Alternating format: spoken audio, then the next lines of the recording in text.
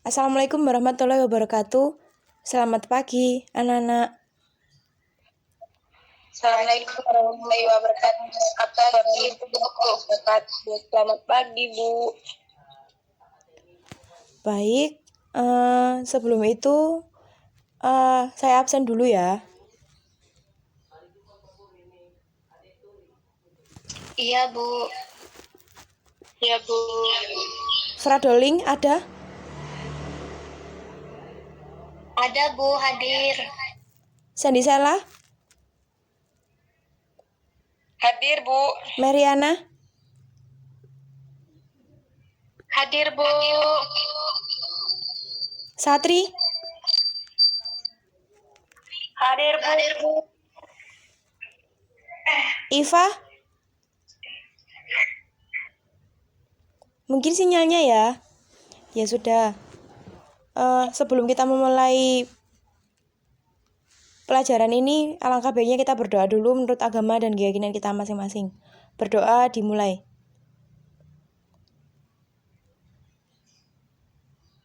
Berdoa selesai. Baiklah, kita langsung masuk ke materi yang pertama. Ini tentang karakteristik unsur dalam drama. Boleh.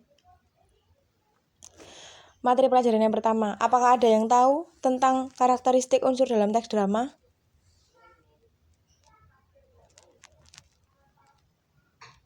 Sela mungkin? Atau yang lainnya?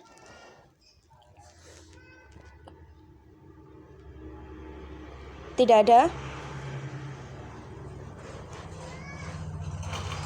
Kurang tahu, Bu. Satri, Mary?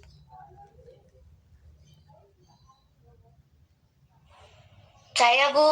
Ya, boleh disebutkan apa? Dalam teks drama terdapat unsur-unsur instinsrik.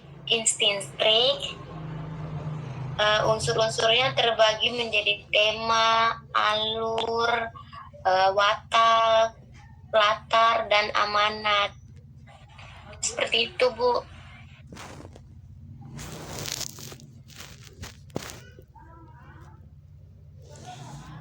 Iya, benar sekali. Kalau begitu kita langsung masuk ke materi pertama ya. Untuk mengetahui satu persatu dari penjelasannya. Sebelum kita masuk ke penjelasan, ada yang tahu apa itu alur, tema, tokoh? Sandy? Barangkali bisa menjawab? Saya, Bu. Iya, silakan.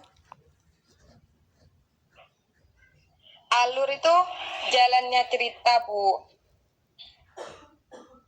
Yang menentukan jalannya cerita. Ya. Nah, terus kalau tokoh itu sifat watak perwatakannya itu.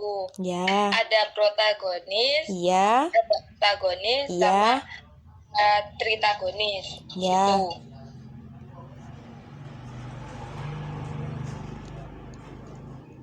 Apalagi, Bu, tema ya? Ya. Tema itu yang apa itu dah? Pokok ceritanya itu, Bu, inti ceritanya gitu. Ya, tema adalah ide pokok dari inti cerita. Bagus sekali jawabannya, Sandy Sala. Terima kasih ya. Baik, kita langsung masuk ke penjelasannya. Silakan. Oke, yang pertama, alur yaitu berupa rangkaian cerita yang terjadi pada drama. Yang kedua, amanat yaitu pesan yang terkandung dalam drama.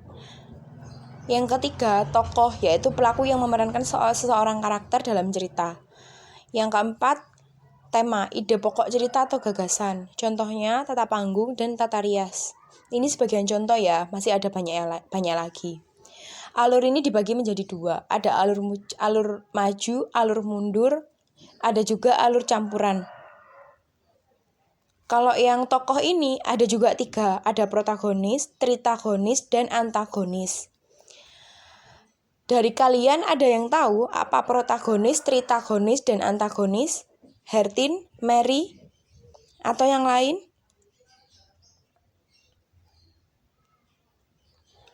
Tidak ada. Baik, saya menjawab ya. Untuk protagonis itu adalah pemeran yang baik. Jadi sifatnya itu baik terus.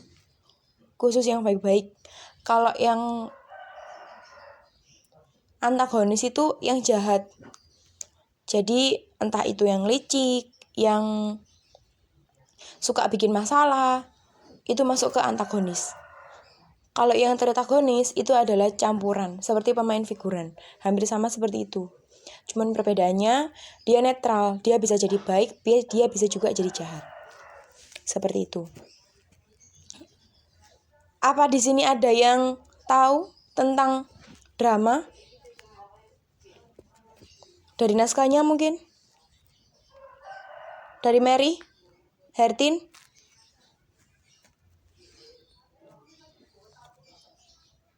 Sela? Belum tahu, Bu. Oke. Kita langsung masuk ke materi yang kedua ya. Yaitu kaidah kebahasaan dalam unsur teks drama. Oke, kita masuk materi yang kedua. Kaidah kebahasaan dalam unsur teks drama. Kaidah kebahasaan dalam unsur teks drama ini seperti bahasanya ya, kayak seperti kita membuat drama, naskah drama, kita harus melihat struktur dan bahasa. Bahasa itu baik, cocok enggak dimasukkan ke dalam drama ini, cocok enggak dibuat dialog ini, cocok enggak dibuat mau dibaca sama pemerannya itu cocok apa enggak, nyambung enggak sama yang jawabnya itu nyambung apa enggak, seperti itu. Jadi drama itu seperti dialog percakapan dua orang atau lebih, tetapi diperankan atau enggak diterapkan secara langsung, bisa lewat media sosial, di live streaming. Kalau sekarang, kalau dulu mungkin di layar tancap, sekarang juga ada televisi, seperti itu. Kalau yang enggak diterapkan itu seperti teater, itu secara langsung. Jadi kita langsung lihat di TKP-nya. Ada yang mau ditanyakan? Sejauh ini saya menjelaskan. Sebelum masuk ke materi kedua.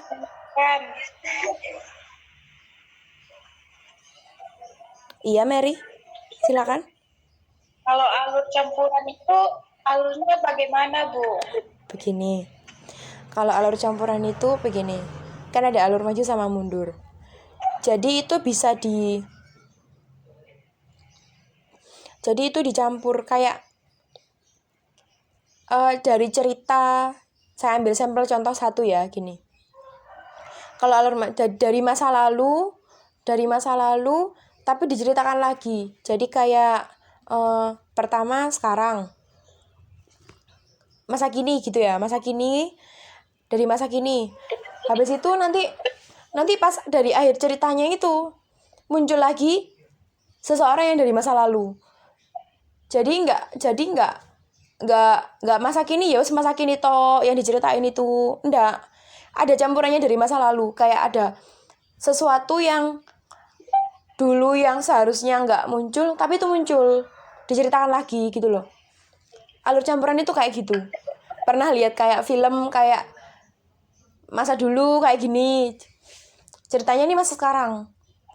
Terus tiba-tiba di tengah, bisa di tengah, bisa di akhir, atau pas di konflik, masa lalu itu terulang lagi. Jadi dulu itu saya sering gini-gini, tapi ada gambaran-gambarannya gitu.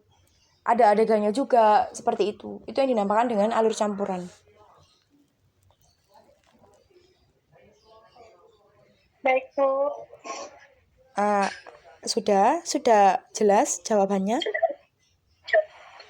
Jelas, Bu. Ya, terima kasih. Ada yang mau ditanyakan lagi? Jika tidak ada, kita lanjut. Ibu. Iya. Bu. Iya. Ya. Mulai yo, Hertin.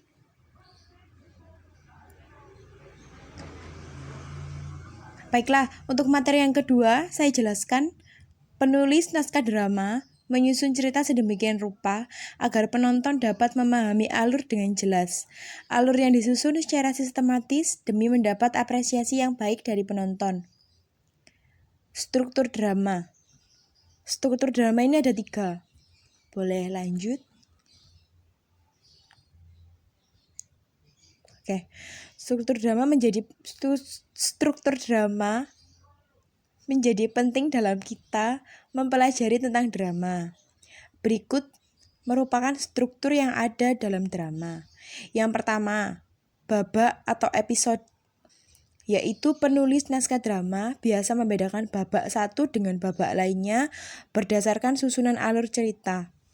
Susunan alur cerita dalam drama.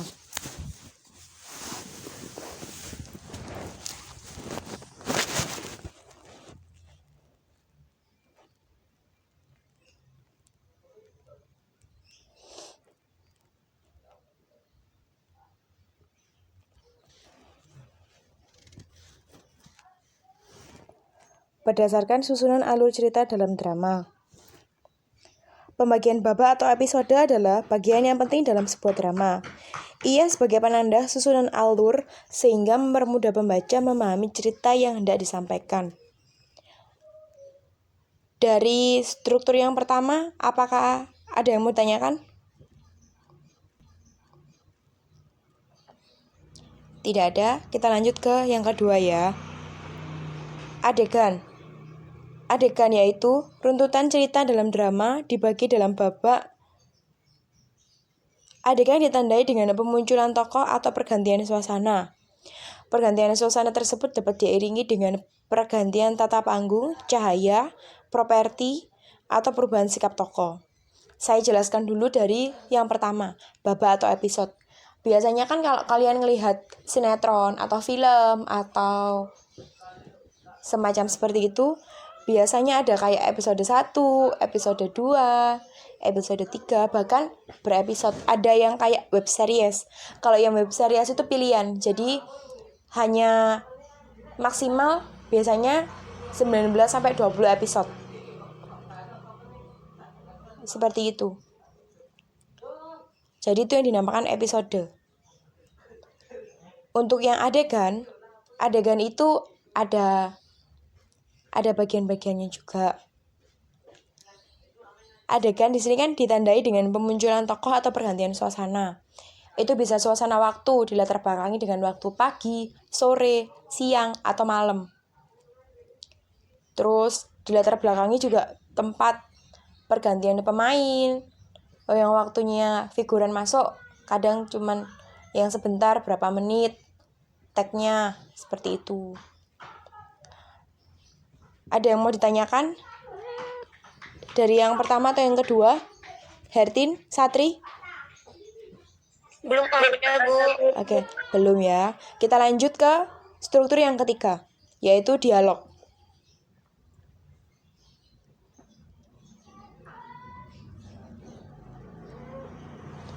Dialog adalah pembeda drama dengan karya sastra lainnya. Menurut Herman J. Waluyo dalam drama, teori dan pengajarannya pada tahun 2006, dalam menyusun dialog ini pengarang harus benar-benar memperhatikan pembicaraan tokoh-tokoh dalam kehidupan sehari-hari. Pembicaraan yang dimaksud adalah teks drama yang isinya sebuah percakapan yang akan dimainkan oleh pemeran drama tersebut. Dialog ini berguna menjadi pengiring tokoh dalam konflik. Berguna juga membangun ekspresi emosi, pemikiran, karakter, gerakan yang dilakukan, bahkan memotivasi gerakan yang dilakukan oleh pemeran. Seperti menggebrak meja, tiba-tiba ada, kamu ini, kayak gitu. Adegan-adegan yang sangat konflik. Jadi ada yang marah, ada yang lembut. Dialog terjadi karena percakapan antara dua tokoh yang terdapat dalam drama. Sementara percakapan dengan satu tokoh disampaikan dalam bentuk monolog, merupakan percakapan atau narasi yang disampaikan oleh satu tokoh tanpa ada balasan dari tokoh yang lain. Maksudnya adalah jika pernah lihat film, pernah lihat sinetron kan ya, itu kayak bisa nggak ya kayak ngomong-ngomong sendiri dengan dirinya sendiri. Biasanya kan ada adegannya seperti itu. Bisa nggak ya? Iya ya bisa. Terus kayak ada suara kata hati, awas aja nanti gini-gini kayak gitu biasanya. Itu yang dinamakan dengan monolog. Seperti itu. Dari materi yang kedua ini apakah ada yang mau ditanyakan? Dari babak episode, adegan, dan dialog. Silakan yang mau bertanya. Tidak ada? Sudah jelas berarti ya? Belum ada, Bu. Oke. Belum. Kita masuk ke tugas kalau begitu. Sebelum kita masuk ke tugas, saya mau satu dari kalian menyimpulkan tentang yang sudah saya jelaskan tadi. Mungkin bisa Hertin, Sela, Satri? Saya, Bu. Ya, silakan. Dari pelajaran ini, dari materi teks drama, dalam drama itu terdapat beberapa unsur, yaitu ada tema, alur, penokohan, sama amanat.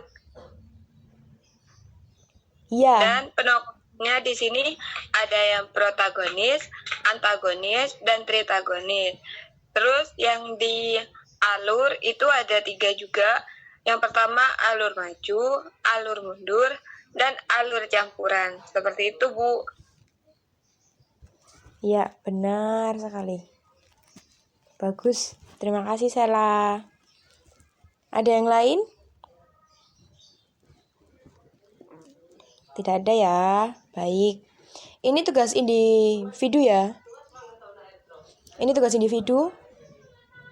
5 soal ini dijawab beserta penjelasannya. Nanti saya kasih materinya yang ini saya kopikan. Langsung dikirim di grup WA ya. Jangan lupa tulis nama sama NIM-nya. Baik, Bu. Baik, Bu. Untuk yang individu terakhir besok jam 1 siang. Karena kan ini cuma 5 soalnya. Nggak panjang-panjang. Untuk yang tugas kelompok, ini ada 2 tugasnya. Untuk yang tugas kelompok, Baik, Bu. nanti kalian bagi sendiri. Nanti saya kasih absensinya biar tahu urutannya. Saya kirim di grup WA. Setelah itu kalian bagi sendiri untuk kelompoknya ya. Setelah itu kirim ke saya. Untuk tugas kelompok saya kasih waktu 1 minggu. Baik, Bu. Ada yang mau ditanyakan sampai sini? Bu. Bu mau bertanya. Iya, silakan. Bu, satu kelompoknya itu ada berapa siswa, Bu? Iya, maaf lupa. Satu kelompoknya itu ada 5 sampai 6 orang ya. Ya, Bu. Ya sudah. Sejauh ini ada yang mau ditanyakan? Sudah, Bu. Tidak ada. Terima kasih yang sudah hadir. Untuk yang tidak hadir tadi, minta tolong suruh WA ya. Karena biar saya tahu alasannya kenapa atau mungkin jaringannya. Karena kan kita juga daring, kadang susah untuk mengakses jaringan. Baik, Bu. Baiklah, semoga kalian semangat selalu untuk belajar. Terima kasih atas waktunya. Kurang lebihnya saya mohon maaf. Wassalamualaikum warahmatullahi wabarakatuh. Waalaikumsalam warahmatullahi wabarakatuh. Terima kasih ya Nono.